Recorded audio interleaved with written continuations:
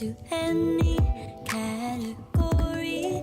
Always deep in outcast since I was in Sunday school, and all the cool kids said I was weird. It's exactly the same. They say, why do you dress that way? Why do you act that way? Why aren't you just like me?